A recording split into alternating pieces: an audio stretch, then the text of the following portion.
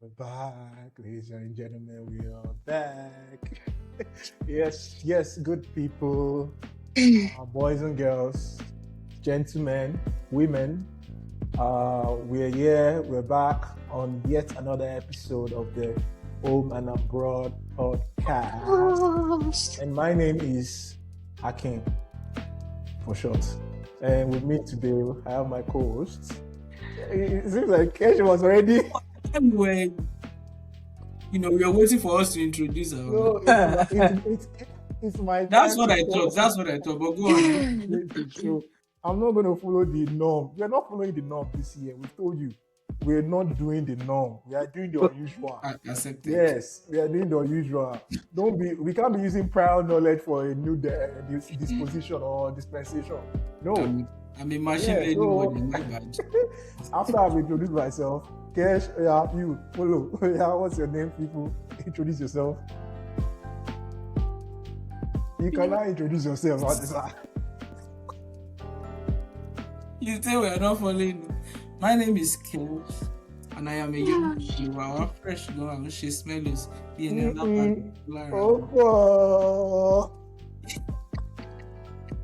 It's like Shemani. Rest. It's like rest in Jesus' name. Rest in Jesus' For a name. lot of people that don't know, because the way he was going about it. That was actually one of Lil Kesh's lines. Really, lines that year. Like the song goes, my name is Kesh and I am a young fellow. I'm a fresh girl and she smells. Then he went on to say something. What else can you not do? You are singing and it's Atimu. We chop and to drink. All right, thanks, Kesh. What about you? The Gen Z of the house. Gen Z with his moral attitude or what? The Gen Z with home training and the fear of God. You say moral attitude. Moral attitude. I don't. What is that? Oh, Tim. Well, my name is Oluwatoyin Sola. Everybody calls me K Baby, and like they rightly said, I'm a Gen Z gal. You're reserving yourself. You don't want to say much. Right. I'm also a Gen Z. If I didn't mention, if you don't get it. Purpose, sure. 2021. Well, you say so. Well, we're back. I don't know about you guys. It's been freezing. Feels like we are living in Antarctica or something. 20. And we've been having strange, alerts about the weather, how everyone should stay indoors. I mean, everyone. In fact, there was a video I saw people rushing to Walmart to go and carry water. I went to store to go and get water everywhere. All the shelves empty. Apocalyptic end of if only people can just act. Okay, the way the weather was forecasted is that it's going to start on Saturday morning, and by Tuesday everything should be back to normal, right? And I'm wondering to myself, why can't everybody just go to the store, to Walmart, and we just get ourselves two cases, 2 package of water? How do you two cases of water? 2 cases of water, and you are seeing people carrying 5. They are carrying based on their need. You don't know what they use water for. Okay, you know what I think the problem was? You know that if they take the power out, there's no shower. It's other things. Water. There'll be no water, so people felt like they needed to take their baths. They would need. Another thing is, you also have to understand that they are not used to not having these things, or we are not used to not having these things. I think, you win. That one wins the argument. That one that you said. Because coming from Nigeria, you don't even have water. You buy water on the go, like as you need it. Like maybe you need 2 cakes, you buy it on the go. Electricity is not something you have. You just brought memories. Electricity is not something you have. Like you on switch, like you put them there. You know how sourcing water has actually it has actually advanced over the time in Nigeria. There used to be a time whereby you would draw from the well. There used to also be a time that somebody was selling water on your streets. You just carry your what's it called? Your bucket to go and fetch. Container, everything, boom. And now there used to be a time that they were so trying to relate, no similarity index. See, what are you even saying? What is this? That's what I was going to say is that there used to be that also people that will push truck with kegs. Gosh. Yeah. You forgot one part. There used to be streams. There used to be streams actually. Yeah. Alright. I get I it. was trying to recollect if I went through all that until you mentioned that stream. Then I was like, did I actually fetch water in the streams? Of which I did. Because there used to be a time I used to live in Ojo. So if you know Ojo is like the riverine area close to like First Park now. So, and I was, stories. We thank God for life. We thank God for Thank God. Yeah. So I can relate. Because the good thing about it is that was my very first time I learned how to fish from a canoe, from a boat. Yeah, and it wasn't the usual. Oh, you use your no. It was the net. Or you cast your net into this thing, and then you wait hours, like in the middle of. Like you the wait ocean. Hours. Yes, you wait hours. How do you know when it's time to as well?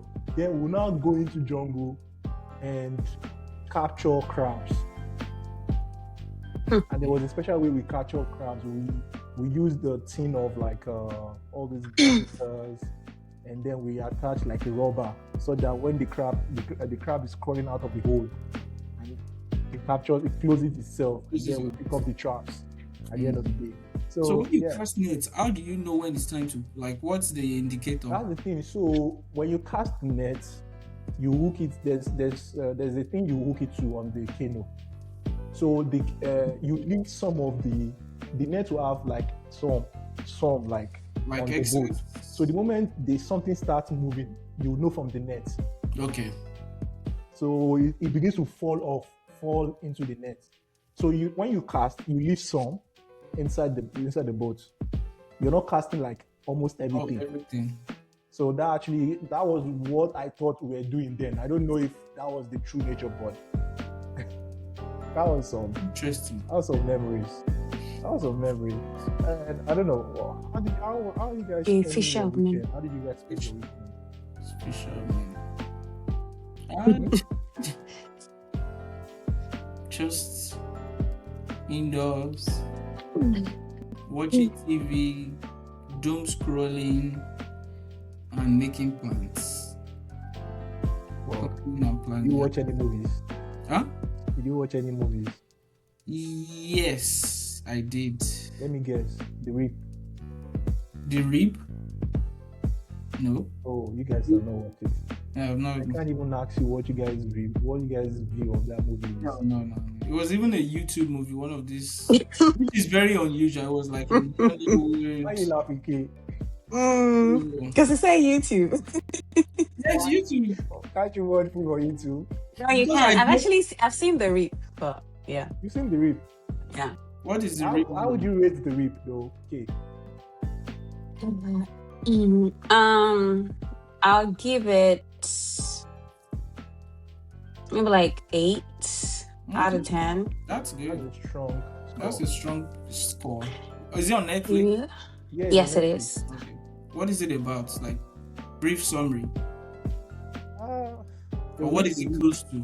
Basically, they're trying to figure out the mole in their middle. So, like, it's a group of guys, they work together, but somebody is the mole. So they're trying to figure out who it is. Right. Is it a series or a movie? No, it's just. I wish it was a limited series, actually. I think it's like 3 episodes. So I'll check it out. The reason why I feel like your review of it, like you giving it an 8, I would have given it less. How would you have given it? I would have given it maybe a 6.5. And the reason being that there were some there could have been an opportunity for some scenes to unravel, and I wanted it to be a limited series. It deserved to be a limited series because some characters, we need to know why they made the decision they made. How did they get there in the first place? So you get what I'm trying to say? It would have made a very good limited series. And from what the cast said, they said they put in their individual money for the production. And then they're going to split the profits. I think I'm like, so more people are going to now look into that kind of production and film production as well. Like, you can see that's why they had all the stars in the movie. So they put in their own portion and they're going to like take the profit as well, depending on how they actually agree on the profit. But yeah, it's a very interesting one. I'll check it out. It's always a struggle to go to Netflix and pick movies. So now that you should also see Ease and Oz. I've watched Ease you and should Oz. see Prodigal Son. You should see. So I like, see that. Those two. Yes. All right. Plus this. Plus the Reap. I'll find time. Nice. You should. Please, you find time. All right. What did you think about Ease and Oz? What do I think about Ease and Oz? I think it's an intelligent movie. Really? It's crazy. I think, okay, what would you rate it? I would rate it because they did too much. There's no reason why it should have lasted. Was it 8 episodes or how many episodes? Don't know. I feel like it's more than 4 shots. Yeah, I feel like it could have been less, especially when they got to now. Oh, let's reveal who the killer is. You know, the last episode was about 45 minutes, and already from 15 minutes in that episode, they were already narrating towards who the killer is, and I'm like, you could have just done all of this in the previous episode because you only. So I felt like they elongated it too much. What would be your rating? My rating would be, because the storyline is interesting, I'll give it a 6.5 as well. That's crazy. I don't think the storyline was interesting because I am a solve the puzzle kind of person. A lot of movies that would be like suspense based, I catch on pretty fast. I knew who the killer was.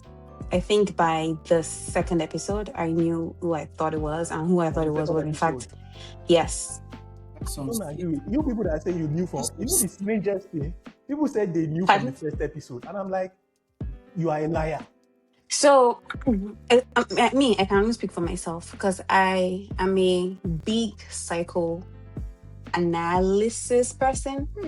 When people talk to me, for example, if you're talking to me, I can tell that you're lying. Like, I read people a lot. I can't borderline. I'm a borderline profiler. My sister said that a lot. Like, that's what I was saying. Like, this. I'm not an overthinker. I don't overthink anything. I see what is in front of me and I take it like that. It's just based on what is happening in front of me. I'm able to, so for example, when I'm watching movies like that, I listen to what they say, things they're saying. Yeah, things they're saying. For example, if you watch The Prodigal Son, there's a part in season 2 that I feel like most or some people would watch and she just spoke. But when I heard what she said, I was like, there's no reason why you should know this information of what you're saying, you know? And then few episodes down the line, you're like, oh, it makes sense. Like, she knew from day one or whatever. So, yeah. It's a gift. Is and As a good movie. I feel like if you want the suspense and you're not going to catch on early enough, you should watch it. I feel like Americans got super excited about it. When I watched it, it was interesting, but it wasn't like out of this world. It's just like Runaway. You should also see Runaway on Netflix too. Really good movie. So I have watched that as well, but I don't. You probably have. I don't want to be watching those revealing this skill because it feels like I know where this is becoming still for me. But yeah, so those are like good movie recommendations for our viewers to watch. Yes. If it's not interesting, you can come for me and Kay. We recommended them. Gladly. Keshan is not there, so I mean, another thing happened over the weekend. I mean, myself and Kesh were football fans, so the first time they brought smile to Kesh. I saw it in a long time. I actually watched the match. And that was the first time I watched a match, like a full match in a while. Did you know in a long time? It was why you were watching or what? No, it was just because I was at home. Like, typically I would be in church at the time, but because church was watched online, so Wow. In fact, all the Man U fans I knew came outside that day for the very first time in a long while. And I'm like, where have you guys been all this? What happened? it was just one of those. I mean, they've given me good moments this season, despite all the. Even though I consider myself like a runaway fan, like I've detached myself emotionally from the club. Like I don't. It's for the best. Yeah, like some things my other people are even saying, like fans, they are talking about the player. I have no clue, I have no information, I have no context. I will just laugh because I have not been watching. So this was like. You're the second person that said that this week. They said football does not interest him anymore. And I'm like, is it because you are getting old? What's happening? We get it seriously. Maybe that, but I feel like football too has lost some of its. What's the word? Essence? I don't know if essence is because of the footballers or what. I just feel like football as a whole, like the way it's being run, the way it's being played, it has lost some of its. I don't know if I want to use essence, but maybe for the lack of like that. When I was watching, like back in 2011, 12, 13, when like the Ronaldos and Messis were at their peak and football was like, it was fierce. Like you can like, even when I watch like highlights of those matches now, I still feel those things. So maybe we are now getting old. I don't know. Maybe that's part of it. I think it could be. I think it's the adjudge factor that you don't have. I think in Nigeria, most people watch soccer as a group. Yeah, that's also like the community behind it. But in America, first of all, it's not like the biggest celebrated game anyway.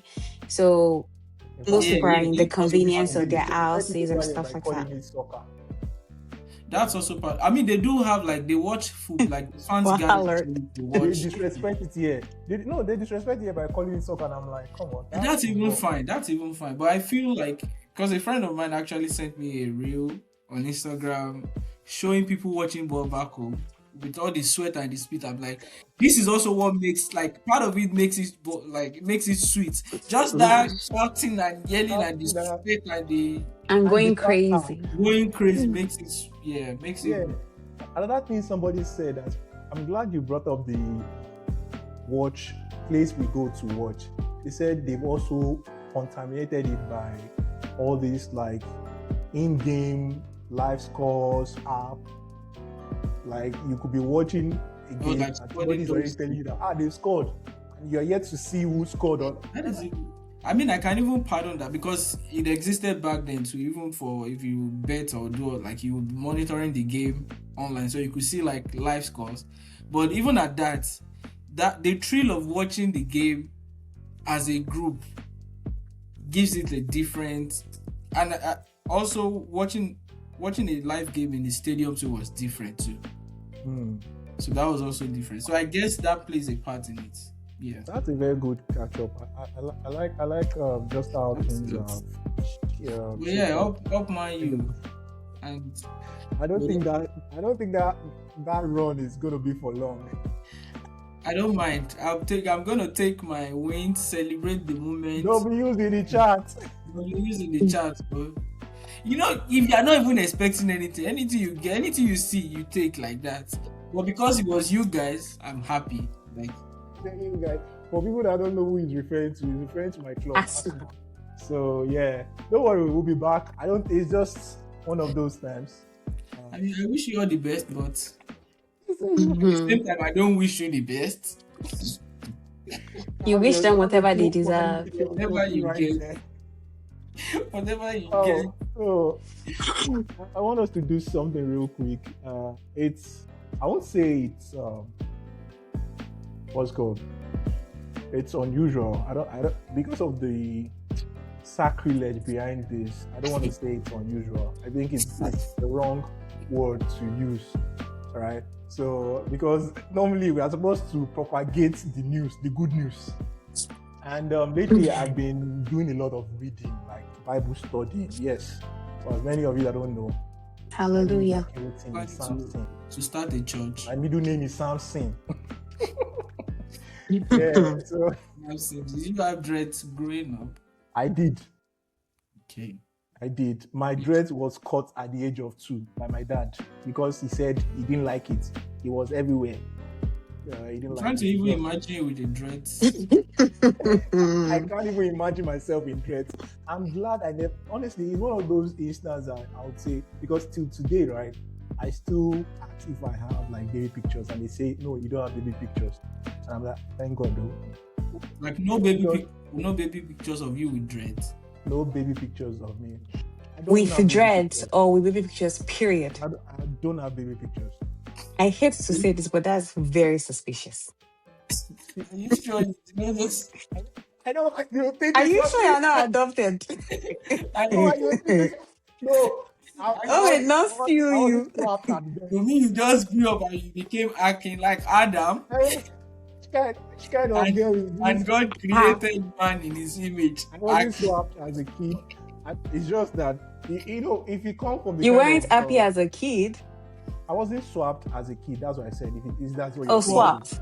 I wasn't swapped as a kid. I had to It ask. sounded like Yeah, somebody said that were you adopted? What GXB? I What's going wasn't on? adopted. I wasn't this thing. I've been a Okay. promo. I think it was I've just been a a case promo. it was a case of like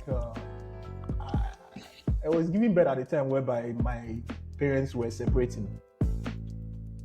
So Also, that there was were other priorities than there were taking other pictures. priorities. I mean, so I think that was like the That is whole still very issue. strange, though. But Yeah, it's strange, but Like no pictures, no evidence. if you want to try our DNA, you can come for the results. People are now revealing DNA outside. You can come for the results. no, really and truly. If you doubt that I'm my father's son, you can come for the DNA results. Well, so like I said, I've been doing a lot of Bible reading. Mhm.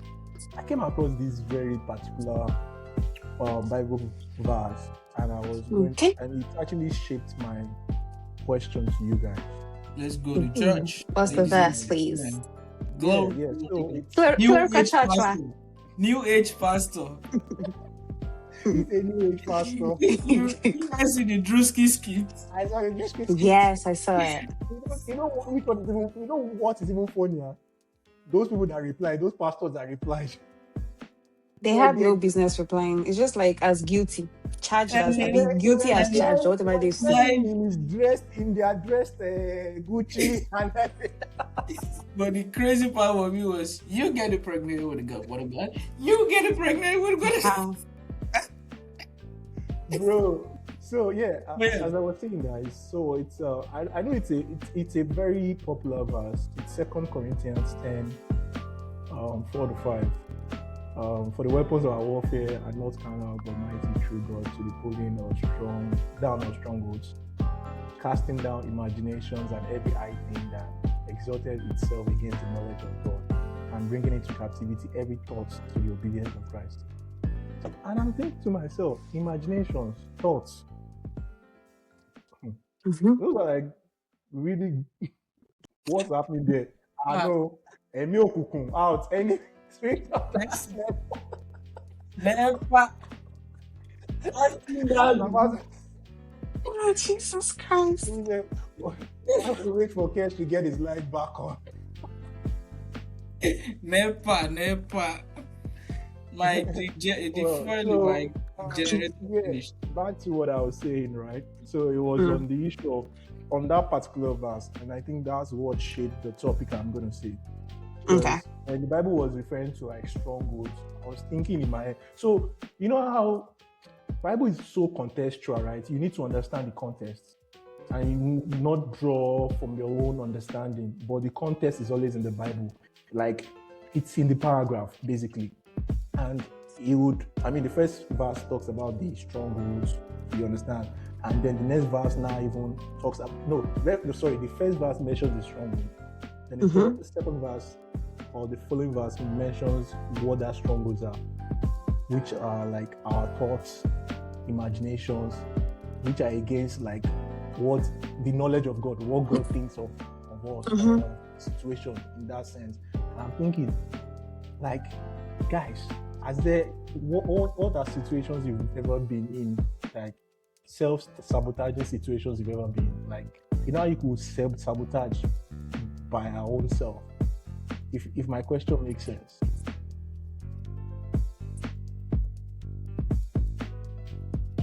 Yes, but I want you to maybe clarify more. But yeah, I'm following, but I want to get. That K is smiling. K might understand what that means. No, I actually understand your question, but in the context of the Bible verse you read, I don't necessarily understand it. But the question by itself, I get it. Yeah. So, just how like God might say something for us, or like He's gonna do something, and then our thoughts or whatever imagination we are like undermining it because we think it's impossible. Like how we self-sabotage ourselves in the process, like just undermining our own capacity or ability, or just what God thinks about us. And I think like there are lots of ways that we probably have done that. I mean, I can think to myself, oh, what are some of the things I'm doing or I've thought about that might actually have self-sabotage, let me put it like that, sabotage like God's blessing in my life. So that's where that was what I was able to draw from that scripture. Like that has put me in the same spot. Like, you don't understand how you want to like break free from your thinking or from just how you normally would do things that are contrary to God's way. For me, I've been in situations like that where, one, I will try to use all my human knowledge and wisdom to pull strings, and then I will now reach the end of the line, and I'm like, I've tried all my this thing. Meanwhile, I should have just believe maybe there's been a word or everything. So I've been in situations like that where only me we scatter things with myself for my own self, but the lucky thing is most of the time God will not come through. But one thing I'm grateful for is to see how that played out and God's hand in those situations. So I'll give you an example. Well, maybe this might not be, but this example is to show how God has showed Himself, right, in cases where I felt I could have pulled. So this was back in 2016. So I was trying to come to the US. So, okay, what do I need? What do I need to do? Or write GRE, apply, do all of those things. So I was trying all my possible best, getting all the information. I was supposed to write GRE, I think maybe sometimes in November, December, but somehow I was, contributing to be able to pay for the exam. I was serving at the time too. The money did not complete. In fact, something happened at home that I had to now send money. And so all the money that I was saving now went. And that's how I could not get admission that year. I mean, I could not proceed with application and everything. And then it was until 2 years later when God used one of my friends to be able to pay for the exam. From there, things just panned out like easily, like more than how if I'm to plan it, and the way God helped me now plan it out.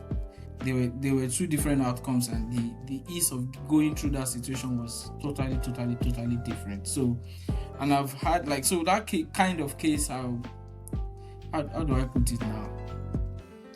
There are things that it was me that put myself in those situations that I shouldn't have. If I just stay put, follow instruction, do those things, everything would have gone out well. But I mean, glory be to God again that last I did not suffer maybe I did suffer the consequence, but it wasn't like to my own detriment that it was now like a worst case that I couldn't get out of. So, and I've seen how like God will now make a way and say, "Shebi, I told you. If you have listened now, I would have helped." So like I've seen those cases, and it has happened like different times too. So like that's what I'm saying. Like I've had like cases like that. I don't know if that relates to what you were trying to describe, but I mean, to the best of your knowledge, it relates. It relates, honestly. What about you, Yeah. Kate? What do you think about the So topic? Because I know you said, oh, you're not sure if, but after me explaining how yes, that can come off as, what do you think? yes. So I believe that as human beings, we have such zeal to control things and control outcomes. So in the case of, oh, you're deserving of something, but you think you're not, it's not because you don't necessarily quote unquote have faith. It's just from a place of you know your own capacity in flesh. And you know, so for example, you know you're terrible at math. And they tell you, oh, go and do this, I don't know, GRE exam. Immediately you're freaking out. Not even because you sat for the exam before, but you're thinking about what you know or who you know you are as a person, your capacity or like your track records and things like that. So I do feel like the reason why we probably sabotage, like for example, what you said that, oh, God has given you a backing or a leaving to do something and you're like, oh no, I can't do it, is because I think naturally most of the physical things on earth, we don't necessarily consult God about it. It's just like, I think I came across a video a few years ago. The woman said, if you're thirsty, you don't say, water, I command you into my belly, you drink the water. And that's how we are as human beings. When we know that there's something logical that you can fix, something that you feel like, oh, all I have to do is write WAEC, write JAM, write whatever exams that they write, and I'll get into university. But realistically speaking, sometimes there are extra interventions beyond even doing that. There are people that have the perfect GPA and they're still at home and things like that, if that makes sense. But when we're talking about the mind, the Bible verse that came to my mind is Philippians chapter 4, verse 8. And it says, and now, dear brothers and sisters, one final thing, fix your thoughts on what is true and honorable and right and pure and lovely and admirable. Think about things that are excellent and worthy of praise. Keep putting into practice all you learned and received from me, everything you heard from me and saw me doing. Then the Lord of peace will be with you. And what that has done for me is whenever I'm in doubt, I just tell myself the truth. So what is the truth? The truth is based on my track record. Okay, in this situation, you don't feel confident in doing this, but in the past, you have done this and you have done that and you have done this. You know, you speak basically the truth to yourself. I think it was a few episodes back when I was saying that in the case of healing, like closure and everything, I think one of the episodes I had said something along the lines of sometimes you have to lie to yourself, and that's just like what you are not seeing is like you're calling it forth, like, you know. Mm-hmm. So Confessions, that's confessions, exactly. So I don't know if what I'm saying answers the question, excuse me, directly. There's never been any time in your life where you self-sabotage, like that I can think of in this moment, no. Okay. That I can think of, no. Nice. I mean, and to Colin's point, so I also like what you said, reminding yourself. What I also do is remind myself of what God has done to me. I know some difficult situations that I know it was impossible. It felt, because I've tried, and God brought me, as I say, this one I keep it for the times that I know in the future would. You are taking audits. You are taking audits. As if I don't know anything, at least I know this one. Like, this one is clear. I know, so I'm taking that record of those things and say A, B, and C. Me and you, all of us, we know that this was impossible. So I'll use that to. Yeah, mindset is a very great one. There's even a Bible reference that says that if you think you have nothing, God will still take from you. If you think you have nothing, you get what I'm saying? It's like the issue of the 5 talents, the gift, and the one person went to keep his own. You understand what I'm saying? So the fact that you were able to draw from what God has done in the past it's a blessing and a talent in itself. Like not a lot of people actually do. Like when they are now faced with like maybe a similar occurrence and they are fretting, you're like, but we've been here before. We've been in scenarios whereby it was dying minute, like something had to happen, and God came through. Actually, yeah. So I was also reminded of that. You need to be able to like recollect back and say, "Oh, God has done it for us." That should even count your blessings. Yeah, count your blessings and stuff. I mean, even though it's hard, Shabo, it's hard. It's hard, like it's hard. because it's very easy to get fixated on what like, you need, what you want. Not even what you like. It's easy to. I mean, for me now, it's easy to be fixated on the worst turnout or worst outcomes and the bad things, like focusing on the bad part of the situation. And even if it's just 5% that you need to hold on to for you to like fake it till you make it, or just keep telling yourself like this will work out, this will work out. Most of the time, I catch myself drifting like it's like a constant. Somebody is trying to turn my head, say, I see how bad it is, see how bad it can turn out to be. At this situation, this is what we end up. But they still have, even if it's 1%, like it's sure for me, say God will run out, but it's just it's hard to like. It's like a constant battle of trying to sharpen my head. See, so sometimes even if I don't feel it, I still keep that stupid faith just to keep going. Just to keep going. Which brings me to my other, or the aspect of my other question, like, do you guys believe there should be outcome to every prayer? What's an ideal outcome? Like, how do you sense that? Oh yes. Well, what I understand, it looks like a very silly question to ask, but it's not silly. What gives you that? Not silly. Yeah, I mean, thank God you guys, thank God you guys find it that way. But what would you say is like? Do you expect an outcome, and how do you know that? Yes. Oh, how do you? If you understand, let me know. What do you guys think? I want to really answer. I want to really add something to what Dr. Kerr said before your question, because it was on my head. I was going to talk, but then you were still talking. So when you were saying that, like when hard things or difficult things come in your life, and when you like, I think naturally you want to focus on this is not working out. I need to figure it out. I need to whatever. That's your human instinct. And when you were talking, what's the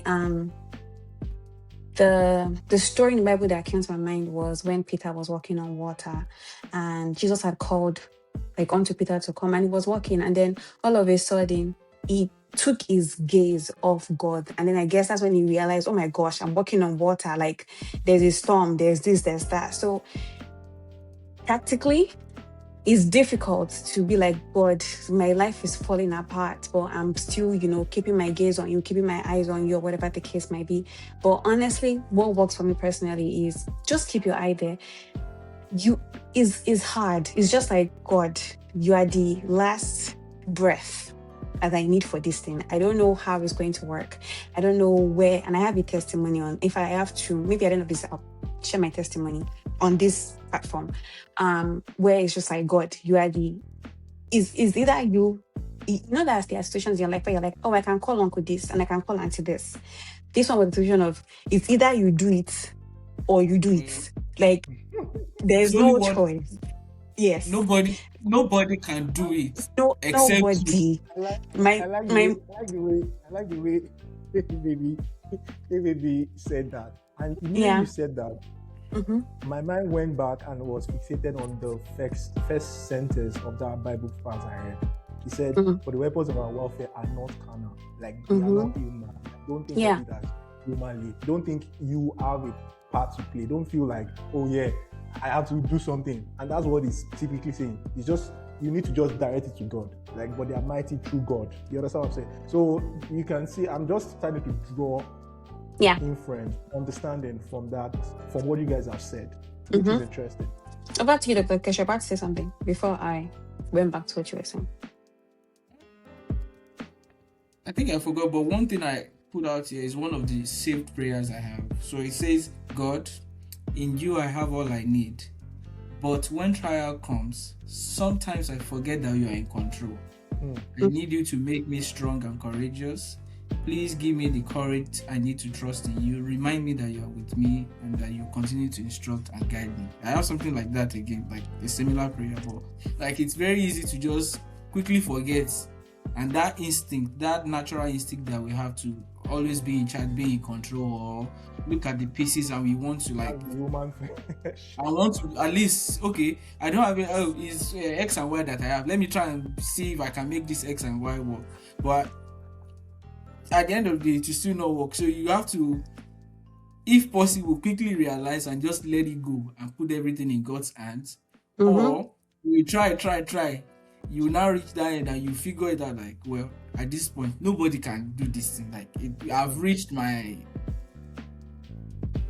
the limit of my, knowledge. The end of yourself. Yeah. So, and you have fully recognized that at this point, it's only if God you just submit, surrender. Then I think it's just like at the edge of that cliff. Like, well, at this point, I cannot. When God now starts, I cannot. But the question Rotimi asked was the all prayers have to be answered. Or I can't remember. Like what outcome are you always looking for from every prayer? Well, coming from someone that has prayed and did not get the answer that I want, I've realized that not every time that I say, okay, I want this, I want that, that it happens like that. So I don't know if answer and say you should have answers or whatever. But what I want to say is I've learned to realize that most of the time the way God works is quite different. Sometimes it aligns like, I want rain to fall, and you pray and rain fall. There are cases like that. But there are sometimes that for me now, that I will pray a prayer of, I want this thing, I want this, or I'm praying for this, I want that, and it will not happen. And God will make it happen some other way. So sometimes when I pray, I trust God that even if He does not answer this prayer, I also believe that He's not like discarding my request, or I just feel like there are better. If something doesn't happen the way I want it, then I quickly get my peace from it that I guess this is not the way it's going to happen. Probably somebody, and I just try and wait for those things, and I don't allow my unanswered prayer to pull me away or to rob me off of some other things that I that I'm supposed to position myself to get.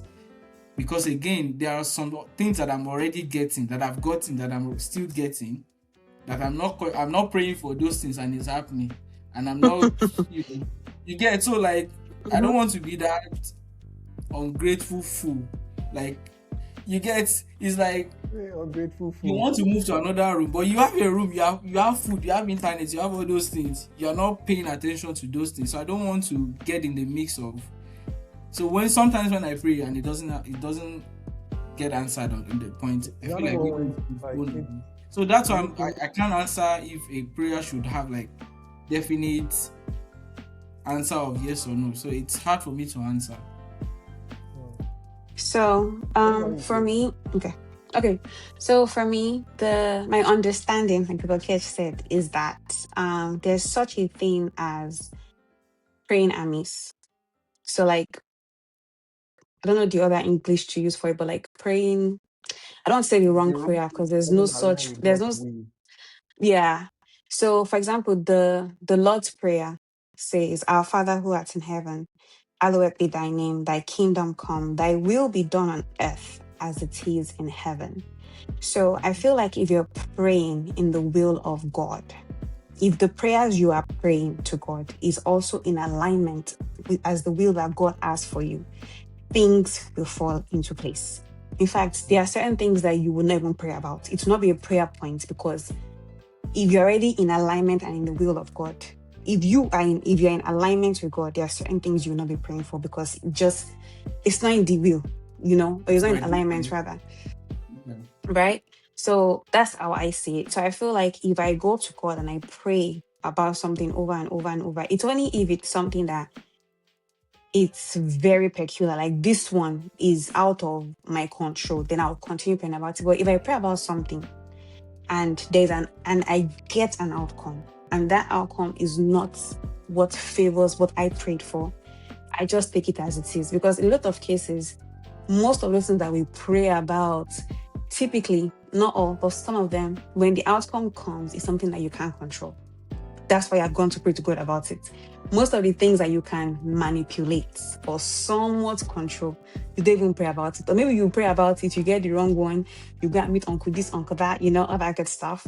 But that's how I see it. I feel like if you are praying in an alignment with God, His will, as long as that is His will in heaven, is going to align with the will on earth. And then you would enjoy whatever it is that you have prayed for. I don't think, let me not say too much, but just to answer that question. Let me ask you. One thing I'm also scared of is forcing God to answer my prayer. Because I don't know, maybe God is trying to shield me from something. Let me not go and force this thing now, that it will not happen. You now be like, Shebi, now you ask for, like, I really do not know, like, the outcome of things from the grand scheme, like a broader perspective. I don't know what other things are working out together that maybe just a tiny discomforts here would equate to greater gains. So I'm the kind of person that I don't like to force. I just say, Baba, now your will, like, because I don't want to be outside of, like, it's now be like me, I'm supposed to get 100% of something now, but because I'm short-sighted, I don't know what I'm asking for. I've gone to now go and ask for 5%. Now I have to live with that 5%, robbing myself of the rest of the of the portion. And I that, think like that any little voice rings in my head. And I think for me, what consoles me is that I don't know what is best for me. I don't even know what is better for me, because I don't know what my life is going to look like in the next 2 hours, in the next hour, scrap that, in the next minute. I don't know if there's about to be an hurricane now, my house is going to collapse. I don't know. So that's the truth. So a lot of the times when I have prayer requests, I will say, God, this is what I want. But above everything, let your will be done. I say that prayer a lot. This is the desire of my heart, God. This is what I really, really like. From the planning that I've done for my life, this is what I want. But let your own will be done. Because like you said, Dr. Kesh, you don't know what your unanswered prayer is protecting you from. You don't know the greater doors that would open from your unanswered prayers. You don't know what you're about to settle for that first answered prayer. Like, you don't know, because nobody knows anything. So the best way to look at it is, what I want, though, with my little myopic mind, is this, God. However, let your will be done. Let your greater good be done. I can't remember exactly where it is in the Bible, but it says that the thoughts of God towards us are good, and to give us some expected end, right? So, and the way my relationship with God is, I look at God as my earthly father, like my physical biological dad. That's the way I look at God. I'm like, if my own dad, like the Bible says, if my dad will not give me rock to eat or serpent or whatever, why would I think that God would give me something ridiculous or like a nasty life to live, a life that is not worth living, a life of stress, a life of, so that's how I like to see it. If that makes sense. I mean, those are very Jeremiah answers. It feels like we are doing a Bible study here. But we can go on and on and on. Yeah, ultimately, if after I've prayed, and I think it's the same with everybody. I don't want to think it's just me. There's a certain peace that just comes, like after every prayer, regardless of whatever I've prayed about, or whether it's answered or not. You get a certain peace. There is soundness of mind. Your mind is more of like, it's not waving back and forth. You understand? So you're not having to think. You just get like, okay, you can move up. You've done this. You can move on with your life, and know for a fact that it's going to come true. But this is where we end today's episode, guys. I hope you guys have enjoyed the sermon, not episode, the sermon. Subscribe for more word of God like this. So yeah, it might come as a shock to a lot of people, but this is why Talk we are that here what? as well. Not you people, calm You down. To a you lot of people. no. I saw a clip recently. Shank, Mm-hmm. like Shank the Um, it was at church, lifted and speaking in tongues. And the headline was like they were shocked that Shank goes to church. And I was just like, who doesn't need Why God? would you go to church? Who doesn't need, I'm just like, realistically speaking, who doesn't need God in their life? But there are people. I have friends that don't believe in God. I don't have friends like that, but I do know that people like that exist. They don't. They are not against. No, no. What did she say? I don't know yet. Wait till you talk. it wasn't anything else. It was just the landing. What did you say? He I said said she I does don't not have. have Okay, if go ahead. friends like that. She's head of people like that, right? Like in summary. So the thing I've just gotten to understand is that so many questions. Let's just say. It's not just Which is fine. it's not just that they don't believe in God, right? And to be honest, I don't have the answers. That's what I say. And I say, you know, honestly to God, I don't have the answer. And some people, it's the way they've been, the way Christianity was portrayed to them. That Christianese. Yeah, like they're like no. But yeah, like I said, that's not like it's not in our place to get them to circumvent their way around. No. I feel like that's the work of the Holy Spirit and stuff like that. So, but yeah, like I said, we've come to the end of today's episode. But I do want something to what you just said. I feel like if it's something that you desire, that you want to help somebody understand God, you can talk to God about it. And God is... That's the thing. If it was, God would have told me. No, it's not about God telling you. If it's something, you can desire something. You can desire something. I can desire for somebody. Yeah. Truly, Not even for somebody. You can just desire it, period. That God, you just said something that you don't have the answers. You can ask God, God, I want to understand. Like, make me, because me, I was in that position too. So now. No, the things they ask are not scriptural. Let me point it out. They're not saying. You have like an example. They're not saying. I will give you an example. They're not. I just want us to be within the confine of our 1 hour mark. Yeah. So they're not saying, oh, they are against this. What happened in this Bible passage? It's more of like, why would a child die of cancer, a baby? You understand? I'm like the philosophical question. I said, I won't act like my understanding, my knowledge of God gets to that point. No, it doesn't. Like, I'm still in that process of knowing God. Well, what I was saying is that if it's something that you personally want to be able to give answers to, it's something that you can desire and ask God for. That's what I was just trying to say. That if you care for it, you can ask God for it. Yeah, fair enough. I like that approach as well. I believe, yes, it's you laying it in my heart. If it's something I desire, I mean, I still call them friend because they are very beautiful. I mean, they're not less of human beings. Exactly. That's how I see it. Because at the end of the day, everybody is a child of God, but not everybody pronounces God as their own savior. But in reality, in real life, I know a lot of Christians that they are scared to be around such people. And I'm like, but like I said, I don't want us to just delve. This could turn out to be a whole new episode. Let's not do that for the sake of the episode. But yeah, viewers out there, please like, comment, subscribe. We need you to follow us. Please follow us, subscribe to this channel, and we'll promise to bring more exciting episodes, gists, and topic from your favorite hosts, myself, Akin, Kesh, and K-Baby. On this note, we call it see you on the next episode. Bye for now. Bye-bye.